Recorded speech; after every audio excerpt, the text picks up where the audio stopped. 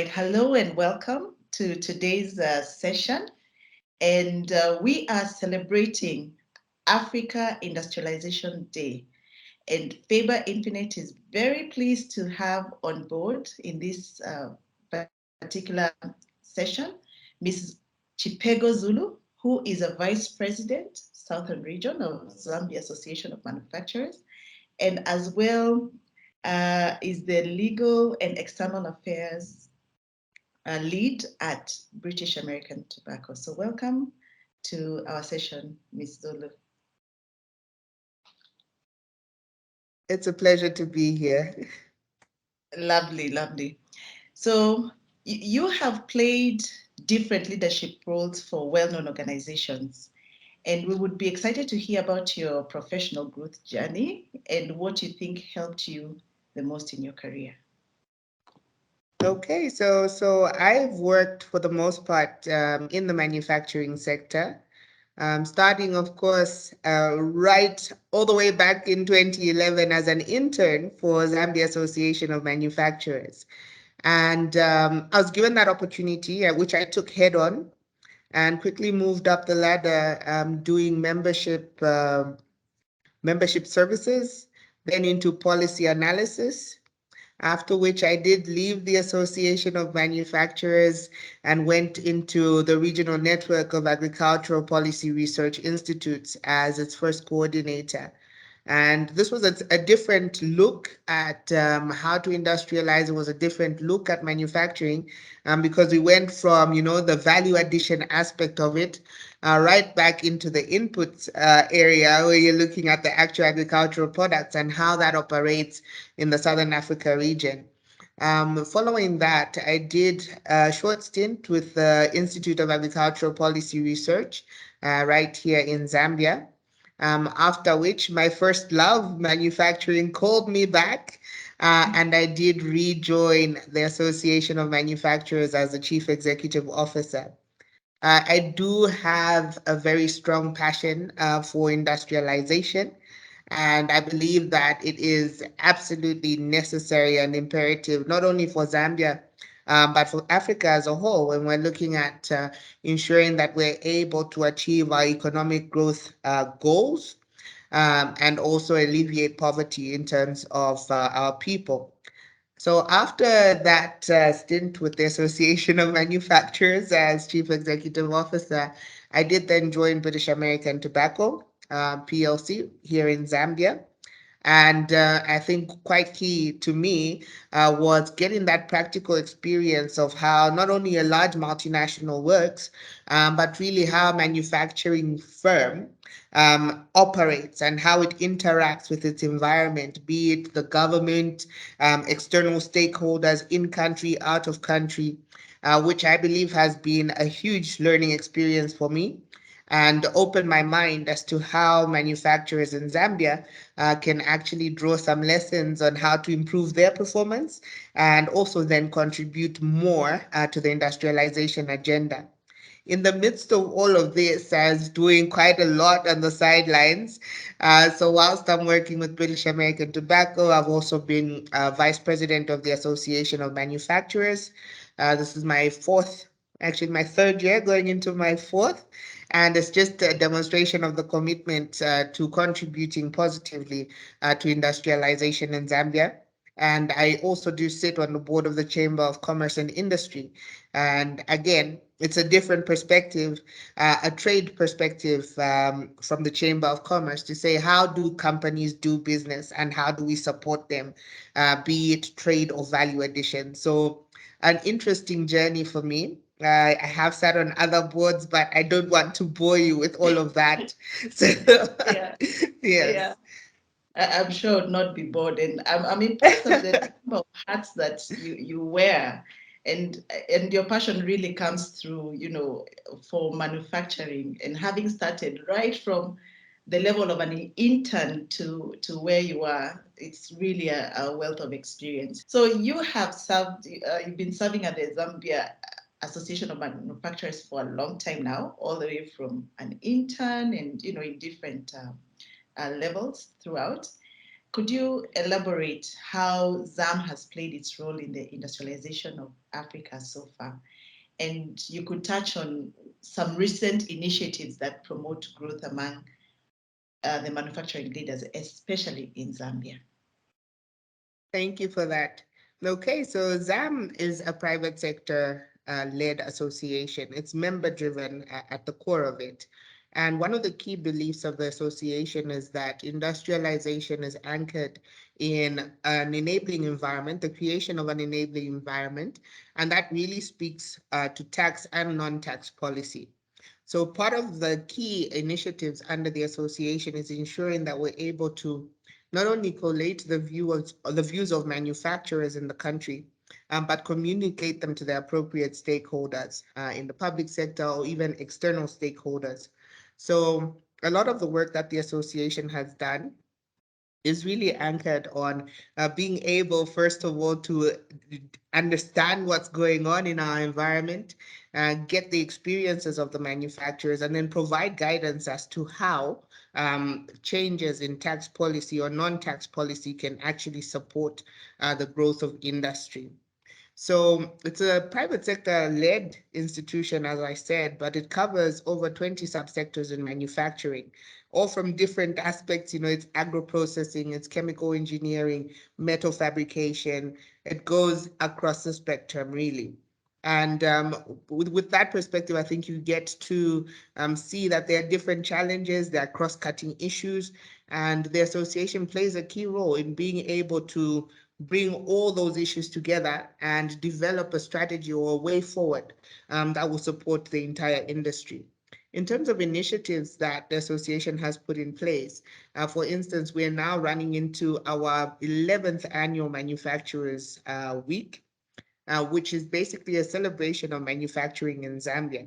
And during that week, we do undertake a number of different approaches to ensuring that people know that Zambian manufacturers do produce high quality competitive products, but also that they get to interact with them, and that topical issues to do with policy are discussed, and that recommendations and the way forward are also then channeled to the appropriate stakeholders in government in order to create that enabling environment.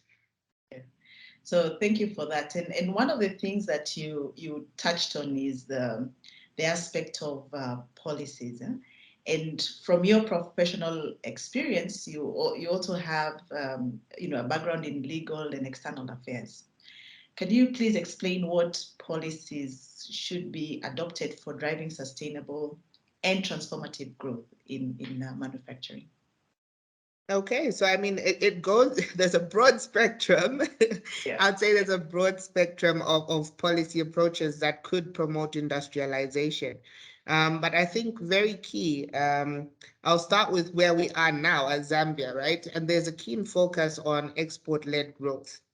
And if you're looking at export-led growth, there are a number of fundamental aspects that have to be in place in the domestic market in order to ensure, firstly, that products can leave the market, that they can access other markets, and that they are then competitive and are able to sell in those markets, right? So the policy environment is very key. For Zambia, being a land-linked country, a lot of the inputs that are utilized in our manufacturing process are currently externally sourced. So there is a keen focus on ensuring that those inputs are as affordable as possible. So beyond simply focusing on an import culture and so on, one of the key strategies for the association is to ensure that we create the atmosphere for those inputs or intermediate goods to actually be able to be produced locally. And it's a key policy drive from the association to say, let's create the incentives and the space to encourage investors to invest and have those products locally manufactured where possible, to reduce the cost for local manufacturers of inputs. Beyond that, you look at key areas such as infrastructure. Electricity, for instance, has been a challenging topic, and for industrialization to happen, we do need a source of energy, and that source of energy has to be consistent and it has to be affordable.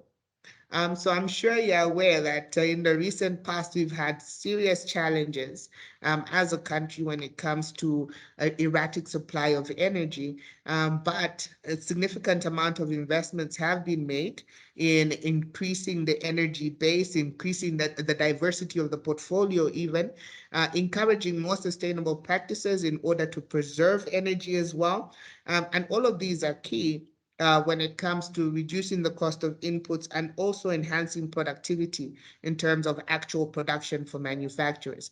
So infrastructure becomes key. Uh, Energy infrastructure, even road networks, rail networks, air, all that connectivity is necessary when we're speaking in the context of taking advantage of agreements such as the African Continental Free Trade Area, right? So Zambia being land linked is definitely strategically positioned. However, we need to have those networks created. And that's a key policy drive for us as well. Work on the infrastructure in country. We need to be able to utilize, be it road, rail, air, we need we need to be able to get our products to the borders and beyond, and that requires connectivity. It doesn't help for Zambia to have an excellent road network or excellent rail network if we can't get to Kenya, for instance. You know, so all of that becomes part of our key discussion points. Of course, there's still interactions that happen at a regional level, and we rely on our line ministries, such as the Ministry of Commerce, Trade and Industry, to ensure that those bilateral engagements or those regional engagements are happening in order to create the opportunities and increase access to markets beyond Zambia. From a domestic or from a manufacturing, now purely manufacturing angle, there's also a call for manufacturers to look beyond the Zambian borders, right? I think in the past there has been a general focus on, okay, let's just satisfy the domestic market and we'll be fine. But looking at the opportunities that exist beyond Zambia, which is only about 18 to 19 million people, you look at Africa, even just our immediate neighboring countries, the growth or the potential for growth in terms of exports and industrialization becomes a huge opportunity for the Zambian manufacturers. So we continue to encourage our members to invest in their own practices to make sure that they're producing as competitively as possible. Of course, taking into consideration, new developments, ESG, I think is one of the key topics at the moment. Environmental, social governance issues are front and center of what manufacturers need to be looking at now, especially in respect to how climate change has impacted Southern Africa as a whole. So a lot of discussions, a lot of topics. I could touch on so many different things, but that's really some of the key focuses for the association. And those are really pertinent issues, I think, for any African country as we look at this Africa Industrialization Day. So, on this Africa Industrialization Day, ZAM is focusing on shifting paradigm towards export-led industrialization. Could you shed some light on the importance of exports for manufacturing organizations? And I know you've already touched a little bit on that in your previous question, in the previous question. Yeah. So a focus on exports is it's I mean it's fundamental. Ultimately, all we are trying to do as any business is to continuously improve. And if we've been able to conquer the domestic market, I think the next logical step is to say, where else can we go? And we need to invest in growth. We need to be able to compete with the best, not only in the region, but the world over. So for Zambia in particular, I think the focus on exports is really a lot to do with our ability to earn forex and to diversify away from what has been our primary earner for the country, which is the export of copper. So non-traditional exports, where our manufacturing now falls in, are very key for the growth and sustainability of the country in the immediate, medium, and long term. A reliance on copper exports alone is not going to help us achieve the goals that we have, be it for Vision 2030 and beyond. So the growth of non-traditional exports is fundamental to the survival of our country as a whole. So, part of the key focus around the export strategy is to ensure that we're able to earn forex and reinvest it. And once we're able to reinvest, it begins to unlock the potential that we always speak about around job creation, poverty alleviation, creating better lives, better jobs, decent jobs, and enhancing the livelihoods of the people. So thank you very much for that. So, we are at the end or tail end of our conversation, and as we conclude, what would you say are three essential skills that you feel are most critical to succeeding in manufacturing today? It's funny you should mention skills because I would say an investment in skills, yeah, Yeah. industry appropriate skills is essential. Um, Absolutely. I think succeeding in manufacturing really speaks to a number of different aspects, but very key is to know your markets. So that business acumen, that commercial acumen is a key investment that has to be made in any business. To be able to understand your domestic market, to be able to understand the markets you're trying to penetrate, and to tailor your products accordingly, to be responsive to the consumer is very key. So commercial business acumen, a massive investment has to be made there. Beyond that, I think an investment in the people. I know you said skills, but the people, and that's education for the most part. Industry relevant skills has been a conversation that's been going on for a very, very long time. That we need to be able to have a larger cadre of individuals that can feed into this industrialization process. It's not sufficient for us to say that, look, we want to industrialize and then not invest in the knowledge that will make that possible. So, I mean, our view has always been that curriculum um, plays such an important role, and that amendments and reform of the curriculum to be able to speak to the ultimate agenda of industrialization is key. And this is not just looking at it from a tertiary and beyond education sort of perspective, but really to start early and ensure that if we are going to have a strong focus on STEM, for example, we do that from the outset and ensure that the young people who are coming up, this youth bulge that we keep talking about, that we're able to harness those dividends at the end of the day, you know. And then I think beyond that, I've spoken people, I've spoken about skills, commercial acumen. Beyond that, I think I spoke about reading the environment, but being an external affairs, a legal and external affairs person, I think it's always important for companies to invest in people who will be able to engage with the various stakeholders in their space and to be able to unlock opportunities for the growth of the business. So understanding your excise policy, understanding your strategy or government strategy around that is so fundamental. And I believe a lot of firms could be because of financial constraints or, you know, do not necessarily make that investment to say, look, we need to understand what the agenda from government is or what the policy direction is and how we fit into that and how we can contribute to it. So there's a lot of conversations about how to get our SMEs, for instance, as part of that conversation, being such a huge stakeholder in this industrialization agenda. We need to make more investment in SME development and ensure that the opportunities that are available for larger firms are equally available for our small and medium enterprises in order to accelerate that industrialization. So thank you very much for that. As we conclude, anything you'd like to say, any last word you'd like to say to manufacturers across Africa?